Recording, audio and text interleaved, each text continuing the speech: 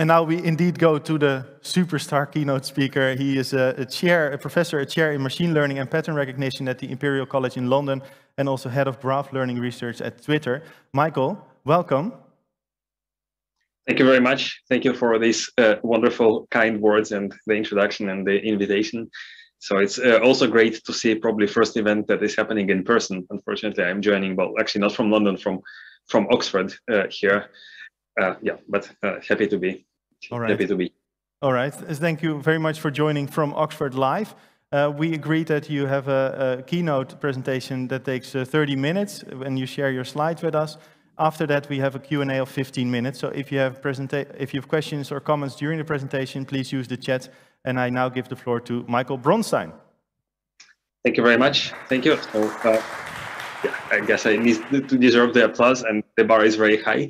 So I would like to talk about geometric deep learning. So it's probably not a new perspective, but maybe a reincarnation of some very old ideas that we have recently developed. And this is a work in collaboration with Joan Bruno, Petr Veličković, and Taco Cohen, who is actually a very local star. So he is himself a graduate of Max Welling's lab here in Amsterdam. And you can find more details at the website, geometricdeeplearning.com. So in order to understand at all why there is any relation between geometry and deep learning, allow me to take you back in history. And we're going 2,000 years ago to the times of Euclid, who laid the foundations of geometry. And basically, since that time, there was no other geometry except what we call nowadays Euclidean geometry. But this picture changed rapidly in the 19th century with discoveries of what is now called non-Euclidean geometry, such as the work of Lobachevsky, that was probably initially derided and ignored. Gauss himself even entertained these ideas, but never published. János Bolyai, and then Bernard Riemann, Gauss's own PhD student, finally published a construction that is now called Riemannian geometry. So what happened then is that it led to a zoo of different geometries towards the late part of the 19th century. And it was not clear actually how to define a geometry and what constitutes maybe a more general geometry than another one. And it became quite an unhealthy situation until in 1872 came a young German mathematician called Felix Klein. So at the age of 23 years, he got an appointment as a full professor at the University of Erlangen in Bavaria in Germany. And as it was customary, probably also customary in the Netherlands, he was asked to present an inaugural talk and also publish a research prospectus, which entered the history of mathematics as the Erlangen program. And in this prospectus, he presented a radically new idea to approach the study of geometry as the study of symmetry or invariance. So he would look at certain properties of geometric shapes that would be preserved under certain class of transformations that were formalized using the language of group theory, which was also a new shiny mathematical tool to which Klein himself contributed.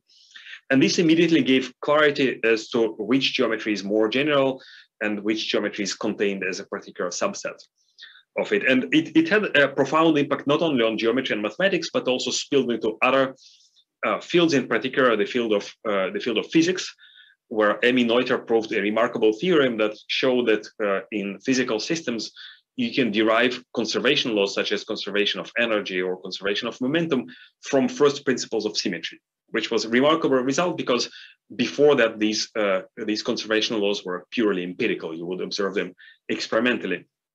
And then through the notion of what is called gauge invariance, first introduced by Hermann Weyl, and then formalized and extended by Young and Mills. Young got the Nobel Prize in the 70s. It brought what we call the unification forces and what is nowadays, since the 70s, called the standard model of physics. So with the exception of gravity, this is all physics we currently know, and it can be entirely derived from symmetry. So here I'm quoting another Nobelist, Philip Anderson, that it's only slightly overstating the case to say that physics is the study of symmetry. So symmetry is really fundamental. And you may ask at this point, what does it all have to do with deep learning? So I think there are two links. First of all, same way as it happened in the 19th century, nowadays deep learning is everywhere, right? Like geometry was everywhere in the 19th century. But of course, it is no doubt, and well, we heard in the introduction in how many fields, even exotic ones like the applications in the Caribbean, machine learning has been used. But on the other hand, we also are now in an unhealthy situation when we have a lot of different models for different types of data or different applications, but we have very few unifying principles. And what we try to show in geometric deep learning is a kind of Erlangen program of deep learning, or Erlangen program of machine learning, some first principles that allow us to derive from the considerations of symmetry all the most popular architectures that currently exist. And it gives also a principled way to derive maybe the future architectures that might not exist today. And if you wonder what might be in the next decade beyond deep learning, hopefully these principles will survive longer than their particular implementations. So this is the main motivation, and I will try to showcase a few examples. So we popularized this term geometric deep learning in a paper that I co-authored with Joan Bruna, Jan LeCun, Arthur Schlam, and Pierre van der Geinst. It appeared in 2017 in the IEEE Signal Processing magazine. And nowadays it's used almost synonymously with graph neural networks, on which I will mainly focus this talk today. But as I hope to show you, this is part of a much broader picture. So if you look at the simple setting of supervised learning, it is essentially a function estimation problem, right? What we usually have, we are given some data set. So let's say our application is image classification. So we have examples of input images, let's say cats and dogs, and we have their labels. So what we try to do is we try to find a function from some hypothesis class that will fit well this training data. And what happened in the past decade is that we had huge data sets on which we can train sufficiently complex models. And these complex models have, at least in theory, the possibility to interpolate these data sets.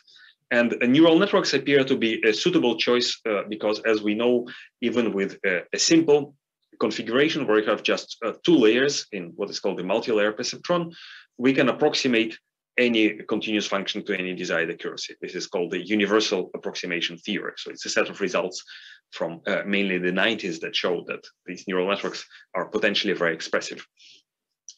The problem is that if we look at this problem from the perspective of approximation theory, the bounds or the results that exist there and existed probably for at least 100 years are not very useful and not very applicable to the machine learning settings where the data lives in very high dimensional spaces. So we can show in this example that, let's say that if we take even a very nice and regular function such as Lipschitz continuous function and we make it live in an n-dimensional space, the number of samples that we need to take in order to approximate it with a certain error epsilon grows exponential. So this is what is called the curse of dimensionality. And most of machine learning problems, as you probably know, they are not 2-dimensional or not 3-dimensional. How about thousands or millions of dimensions? So this is probably best seen in computer vision problems where even modestly sized images are very high dimensional, right? So these MNIST digit, it is something like 1,000-dimensional input vector. So of course, we can apply a simple perceptron to it by just parsing it to a vector and feeding it to the neural network. But the problem is that even if I shift the image just by 1 pixel, the input vector will change dramatically. And as a result, we'll need to give all the different shifted versions of the same digit for the neural network to learn that it should be classified in the same way. So this is typically known as data augmentation in deep learning. But of course, we see that this is hugely wasteful because in this example, there are some local regularities that we are completely throwing away.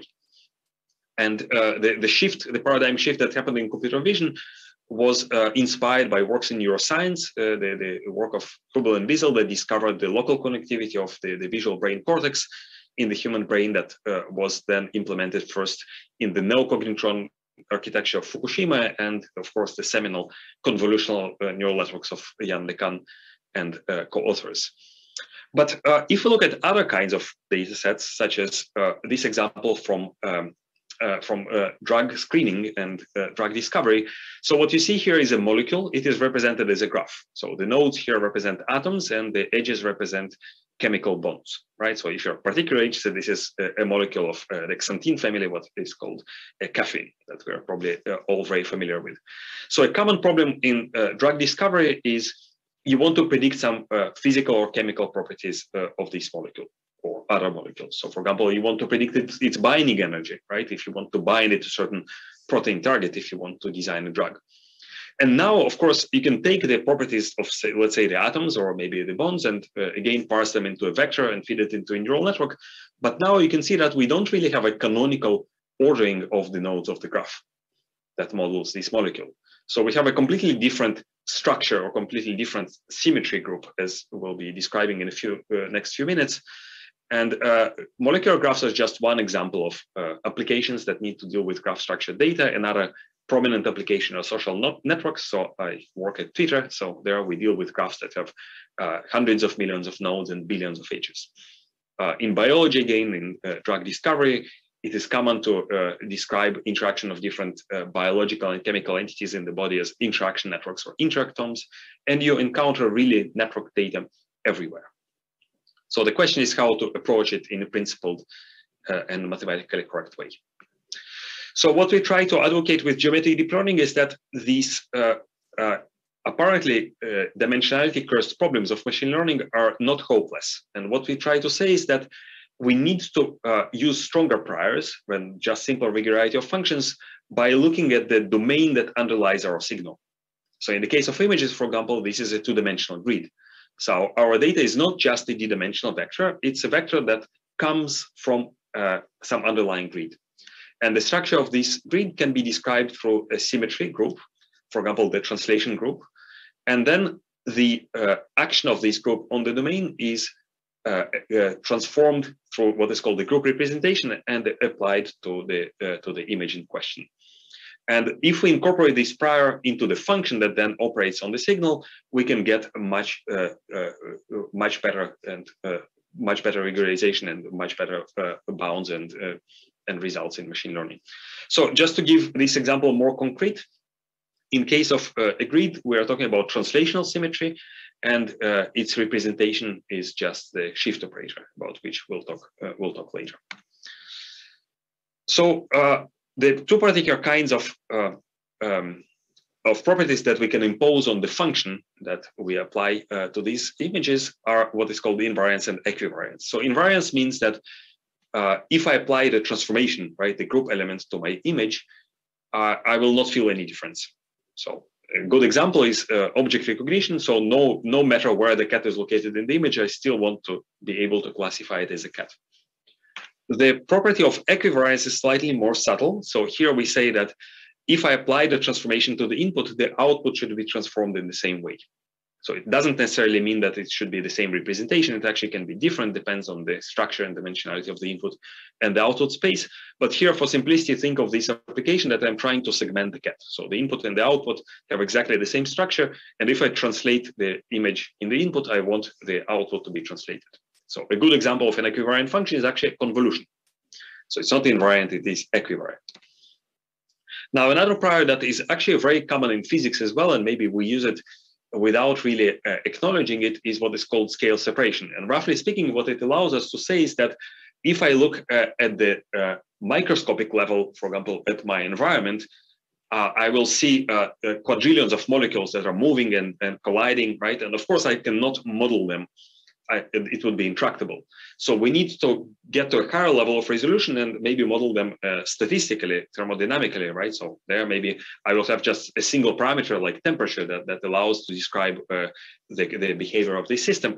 If I zoom out further to the planetary scale, I can basically collapse all this complexity of the Earth and its atmosphere into a single point, because the internal structure at that scale is irrelevant to describe the motion of Earth around the sun and other heavenly bodies, right?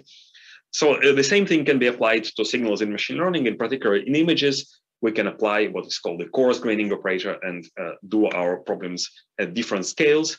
So this is very common in many machine learning problems, and in particular in image analysis, we can do a multi-resolution analysis.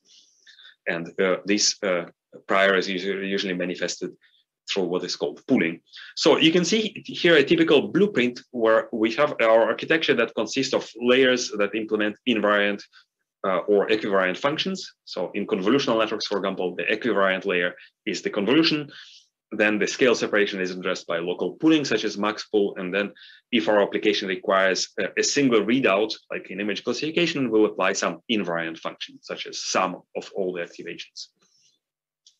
And there are multiple domains on which you can apply these principles. So we call this the 5G of geometric deep learning, talking about grids, groups, graphs, geodesics, and gauges. So there are two different symmetries that you can look at when dealing with learning on manifolds. So probably I will not have time to talk about it today. I will mostly focus on graphs and grids. And what we also show is that you can derive most of the popular nowadays architectures, such as convolutional networks, group CNNs, deep set transformers, graph neural networks from the same principles. So you just choose the right symmetry property and apply it to the right domain and signals living on this domain. So this is what I would like to showcase today. And let me start with graphs. So a good metaphor for a graph is a social network. And we can think of the users in the network as nodes of the graph, and the edges model their social relations. And we can attach, for simplicity, d-dimensional feature vectors to the node that model, let's say, some demographic properties of the users. So one thing that you need to understand about graphs is that they don't really have a canonical ordering of nodes. So it's abstract topological objects, but it's convenient to order the nodes in a certain way because I can arrange the node features into a matrix, size n by d. N is the number of nodes, d is the dimensionality of each node feature vector. And we can also describe the structure of the graph through what is called the adjacency matrix. So it contains a 1 at the position ij if there is an edge between the respective nodes and 0 otherwise. Now, this arbitrarity of the ordering of the nodes means that I can permute these matrices in any arbitrary way, right? Basically, there is an inherent ambiguity in the choice of this ordering. And this P, the permutation matrix, is nothing else but the representation of the permutation group. That is the symmetry of the graph. That's exactly the implementation of our blueprint. The domain here is a graph or a set of nodes, and the symmetry structure is the permutation group. Now, if we want to learn or construct a function that is invariant to the permutation of the nodes, like if we want to, for example, to predict a property of a molecule, we don't care in which order we pass the atoms to our neural network. We want permutation invariant functions that look like this. If we want to, for example, detect, I don't know, malicious users on a social network, basically to do node-wise classification, we want, of course, the output to change in the same way as changing the order of the nodes. And in this case, we need to deal with permutation equivariant functions. So permutation equivariant functions will actually be typically the intermediate layers in a graph neural network, as convolutional layers are intermediate layers in CNNs. So there are multiple reasons why we cannot construct generic functions on graphs that have permutation equivariant structure. One of them is that the group is too large. It has n factorial elements, so it's super exponential. And so it is very common to work with local neighborhoods. So I look at a node, I look at its neighbors, and I take their features and collect them into what, technically speaking, is a multiset, because the features can appear more than once, even though the neighbor nodes are unique. And together with the feature vector of the node itself, we get basically this characterization of a neighborhood of a node on which we can apply a function. And I remind you that because we don't have really a canonical ordering of the neighbors, this function phi must be permutation invariant. So this is what is often called the local aggregator in graph neural networks. Now, if I apply the same function everywhere in the graph, I get this output, right, for every node of the graph. Basically, I have a new set of features that are obtained by somehow aggregating the features of the neighbors. And this function is permutation equivariant, right? If I change the order of the nodes, the output will change in the same way. Now, it appears that the choice of this function phi, the local aggregator, is extremely important. And it is possible to show that if it is chosen in an injective way, then the graph neural network of this type is equivalent to what is called the Weisfer-Lehmann test in graph theory. So it's a classical work from Andrei Lehmann and Boris Weisferer, two Russian scientists that were actually interested in the 60s in trying to classify different molecules. So actually, I titled the talk from Euclid to drug design, chemistry somehow is this connecting thread of a lot of modern machine learning techniques in this domain, because many graph neural networks, many of these architectures that are considered modern were actually invented completely independently, at least in the 90s, in the domain of chemical informatics. So there are deep roots and deep analogies between these methods in graph theory and machine learning on graphs that exist in computational chemistry. So what the Weisfeier element test tries to do is to determine whether two graphs are isomorphic, or in other words, if I can permute the nodes of one graph into another, preserving the connectivity. So there is an edge-preserving bijective map between these two graphs. And the way it goes, it's an iterative color refinement scheme. So it takes a graph and labels its nodes. First, all the nodes are labeled the same. So let's say blue label. And then it looks at the neighbors and their at the nodes and their neighborhoods and tries to injectively map them into new labels. So here, initially, you can see that we have two types of neighbor. We have a blue node with 2 blue neighbors and a blue node with 3 blue neighbors. So these will become green and yellow. We can repeat this procedure again. Now we have 3 types of nodes. We have a green with 2 yellow neighbors. We have a yellow with 1 yellow and 2 green neighbors. And we have a green with 1 yellow and 1 green neighbors. So these become violet, red, and gray. But if I apply this procedure again, the labels don't change. So I stop and I output a histogram, a distribution of these labels, distribution of colors. And now if I take another graph and subject it to the same procedure, if I see that these histograms are different, I can say for sure that the graphs are non-isometric. Sorry, not isomorphic. But if the histograms are the same, we actually don't know. And in other words, it's a necessary but insufficient condition, and you can construct examples of graphs that are not isomorphic, but on which the WL test will produce the same output. So it is insufficient to determine whether graphs are isomorphic. Now, the same idea is implemented in graph neural networks. So this is how the typical aggregator will look like.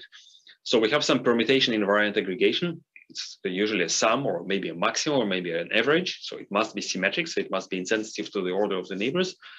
And we have learnable function that transforms the features of the neighbors. And then some learnable aggregator that basically collides everything into a single vector. And this is how the new node feature is produced. And then we can apply it. We can apply multiple layers of this kind in sequence, and then get the output of the graph neural network.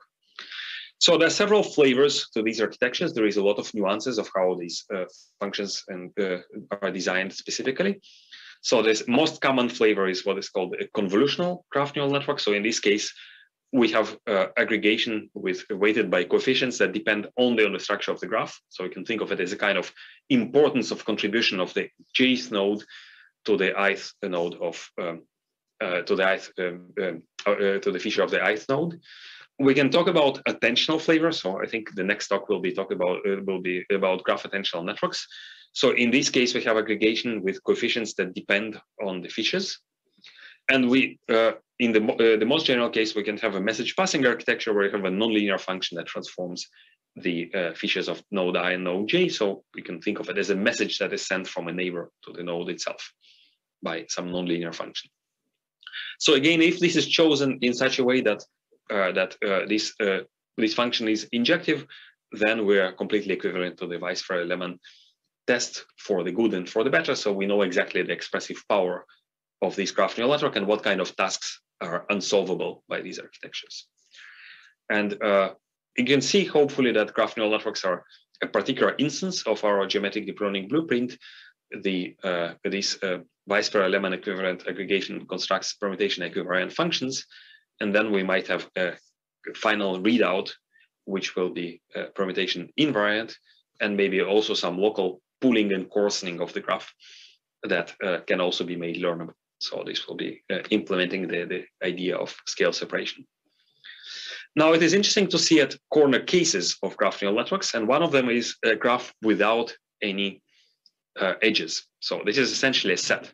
So sets inherit the same property of graphs of being arbitrarily ordered. And here we can do 2 extreme cases. One of them is to say that every node works on its own, so completely independent of others. We apply some shared function to each element in the set. And this is architecture that is called deep sets or point nets in computer graphics. It has become quite popular recently since the 2017 paper that described this architecture. Another kind of extreme case would be to say that every node can interact with any other node. So in this case, we have what is called a fully connected or complete graph. And in this case, you can actually see that the convolutional flavor doesn't work or makes no sense, because here everyone is connected to everyone. So this second argument of the function will be exactly the same for every node. So we need to use at least an attentional or maybe message passing flavor. And I hope that you can recognize the classical transformer architecture, right, which works exactly in this way. So you can interpret it as a kind of learnable adjacency, where the attention plays the role of the adjacency matrix of the graph that is learned from the data itself. And it has become extremely popular in machine learning tasks in natural language processing. I should say that, of course, where it is applied in natural language processing, we don't have completely arbitrary set of nodes. So we do have some sequence of nodes, right, or tokens in a text. So usually these positional information is conveyed by what is called positional encoding. So we have some extra features. Usually they look like sines and cosines in NLP applications. And this positional encoding has also been developed for graphs. There are multiple ways of doing it. You can use the eigenvectors of the Laplacian. We described a technique which we call graph subtraction networks. So we count some primitive structures such as triangles, cliques, or cycles, and we provide these counts as extra features to the neural network. So there is some pre-computational cost that might, in the worst case, be high, but the overall cost of the architecture, the computational complexity, is linear as in standard message passing. And we can show that it is actually strictly more expressive than the Weisfeiler-Lehmann graph isomorphism test by a choice of the appropriate substructure. And for example, talking about applications in drug discovery, we show that we can actually consider this as a kind of problem-specific inductive bias. So in organic chemistry, in molecules, it is very common to see these structures, as you see here in this molecule of caffeine rings. So these are cycles of length 5 or 6 in a graph. And if we incorporate this information in our graph neural network by counting these structures, we can see that we can get significantly better performance in predicting some properties of these molecules. So in this case, it was the property of the water solubility on the zinc dataset. So it's a toy example that contains molecules that are drug-like. So this is what often drug discovery people are looking at in predicting the properties of their potential candidates. So I should also say that nowadays there is a trend of decoupling the computational graph from the input graph. So we don't necessarily need to propagate messages on the same graph as that is provided as input. We can sample it. If the graph is very large, we can rewire it. And there are many reasons why you want to rewire the graph. One of them is information bottlenecks or oversquashing phenomena. And you can also use bigger filters that look not only on the immediate neighbors, but also the neighbors of the neighbors, what would correspond to multi-hop filters. It's interesting, actually, that in computer vision, the trend went into using many layers with smaller filters. Here, probably in graphs, we're trying to go towards less layers and bigger filters. So there is no complete analogy between CNNs and GNNs. It is also possible to learn the graph, optimal for the downstream task, and it's also possible not to keep always the same graph, but to update it between different layers. So there are several architectures of this kind. One of them we developed with colleagues from MIT, and what we call dynamic graph CNNs. And in maybe, again, historical perspective, we can relate it to manifold learning, where the idea is that you might have very high dimensional data, but it has some intrinsic low dimensional structure. And one way of looking at it is by looking at nearest neighbor graphs that capture this structure. So the idea of manifold learning is to try to do nonlinear dimensionality reductions, essentially embed these data sets in a low dimensional space, where it would be easier to do machine learning tasks, typically clustering. And the reason why these methods struggle to work in practical applications is that these steps of building the graph, doing the embedding, and then doing ML were separate stages.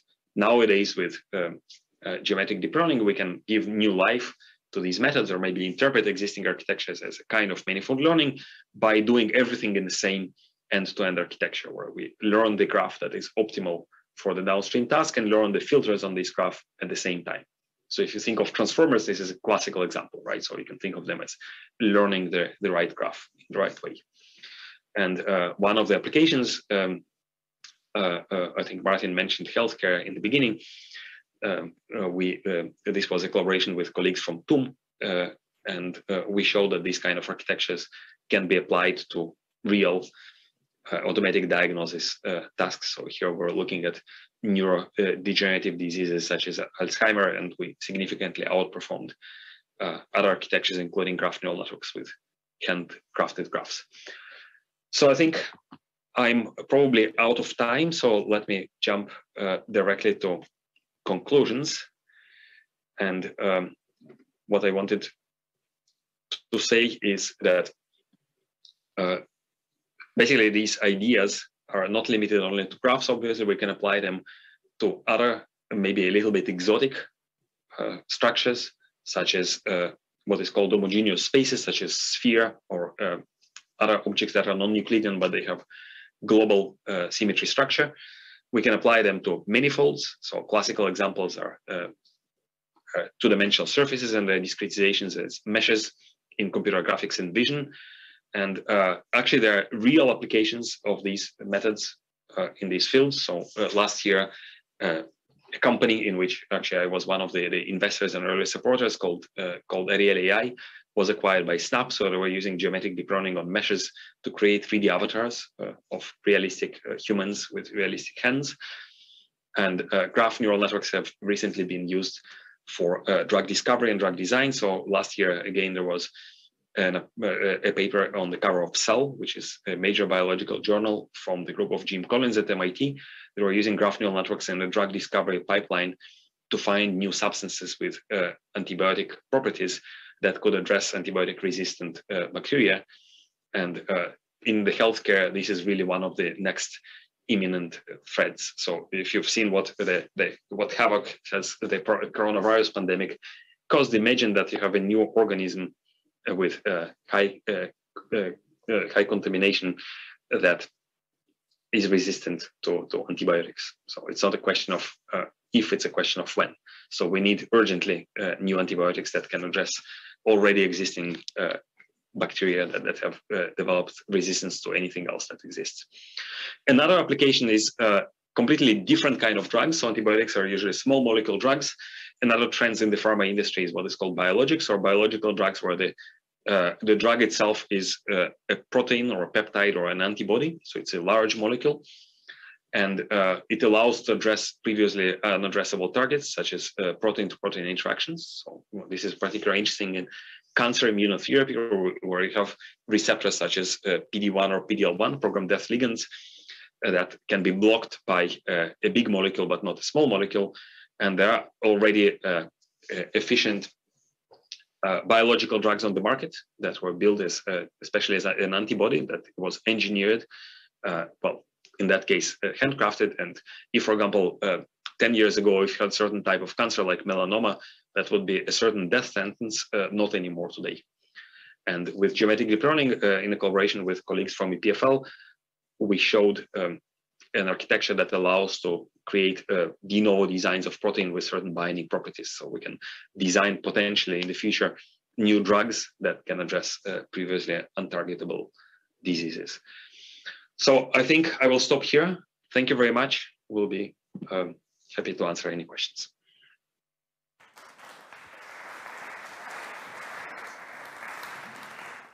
Thank you very much, Michael Bronstein. And now I would like to go for a first reaction to ask Maarten to respond and maybe pick out one thing that you find particularly interesting. Your mic is still working, so you can just respond from where you are, Maarten. Yeah. Thank you so much, Michael, for the inspiring presentation. I was wondering, how do you put some of the ideas that you've outlined for us to work in your job at Twitter? Where you have scale issues, where you have lots of very dynamic properties to deal with, I guess. Yeah, excellent question. Well, so I can probably provide a generic answer. So some things I cannot discuss in public. But basically, Twitter, if you think of it, there are essentially two types of data assets. One of them is the content, another one is the graph. Right? When I'm talking about the graph, it's actually not only the follow graph, let's say the social network between users that is exposed publicly. This is what we see, but there are many other graphs, such as engagement graphs, such as, for example, different safety graphs that are related, for example, to different device IDs that allow to detect certain unhealthy behaviors and maybe some coordinated manipulation. So one particular thing, and well, this was actually a company that I started with my students that was acquired by Twitter 2.5 years ago. So that's how I ended up in this position. So we're looking at trying to detect misinformation on social networks and on Twitter in particular from the way that it spreads. So if you look at different stories, right, or different tweets, let's say that appear and then spread on the social network, so there is a difference between the dynamics and the structure of this propagation between, let's say, organic stories, whether stories that are fake and somehow being manipulated. And we showed that this can be detected automatically by using graph neural networks. Okay, thank you very much for this concrete example, Michael. I look over here in the chapel to see whether there are questions from the audience at this point. And if you have a question watching from the live stream, please know that the chat is available and a selection of the remarks and questions can be dealt with here, and I will get it on my iPad. Is there any question this far? Are you still digesting all the information just like me? Well, I would have one question then, perhaps not the most expert question, but I was interested to see, like, the applications that you mentioned are all very, yeah, I would say good-hearted, you know, that they are about solving health issues and also fake news. But can you use the same, just like dynamite, can you use the same principles to do harm? Yeah, I think it's a good question. So it's probably not specific to the algorithms and the approaches that I described here. It probably applies to machine learning in general, or maybe even more broadly to science in general. So of course there could be some nefarious uses. So with graph neural networks, so one thing, for example, that we show, so it's a recent work that I did also with my colleagues at Imperial, where we show that basically a re-identification attack. So let's take a step back, basically what context it appears in. When you have a data set, right? So it might contain some sensitive and private information. So the usual ways, what you do with it is you anonymize it, right? So you remove maybe some features that can be reconnected to users. Maybe you hash some of the user information and so on. So what we show that when you have interaction data, like for example, your phone calls, right? So if I know to which number you called and how long this call duration was and at what time you did it, right? So removing completely user information, right? So you have just the structure of the graph. You're able to re-identify the user across different times, actually with very high probability using graph neural networks. So it means that maybe our ideas about data privacy and data protection might be naive when it comes to interaction interaction type data like graph structured data, because these interactions are repeatable and predictable. So we tend to interact in a similar manner today, tomorrow, and yesterday. So this points to potential danger, but I think here the benefits outweigh the risks, because of course, by describing this attack, somebody can implement it, but we hope that it will be a wake-up call for people to maybe publish this kind of information or leave it exposed, that there are such underlying vulnerabilities. Okay, thank you very much, Michael, for your answer on this question. I look once more to the audience. We have two questions here. First one, I can hold the mic. Yeah. So I really like how you use it as a unifying framework for transformers, for CNNs and all those kind of things. But are there also things that you cannot describe in the framework? Kind of common architectures that we are using in deep learning, which are very difficult to describe in this way? Yeah, of course. Well, so probably as a kind of with any framework or with any theory, so there will probably be something that is more of a stretch. So in the book, for example, we also describe recurrent neural networks. So I guess this covers a lot of different things. Probably reinforcement learning falls a little bit apart, even though we never really attempted to look at it.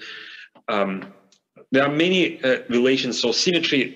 In this form that we think of it, or maybe in the form of invariance, it is probably ubiquitous in science. So I don't think that we can at all take credit for inventing something new here. We just maybe provide a common denominator. Maybe a broader approach, even more, and this was also actually something that came out of the Erlangen program, is category theory.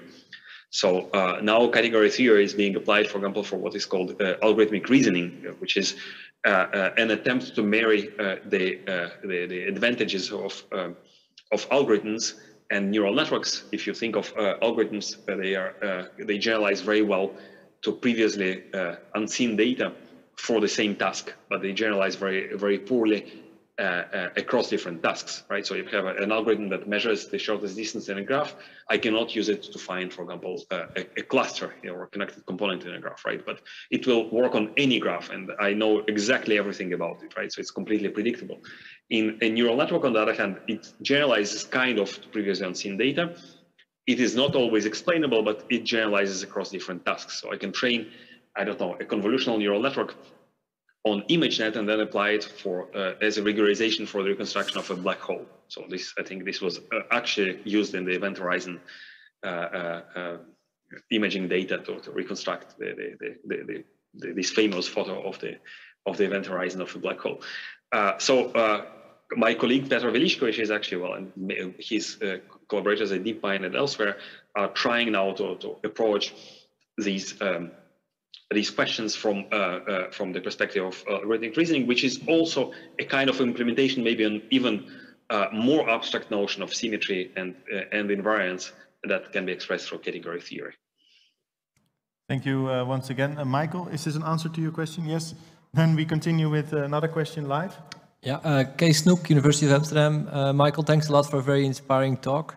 Yeah, so I have maybe a follow-up question. So geometric deep learning is probably one of the hottest topics in machine learning today. Maybe the other one is causality.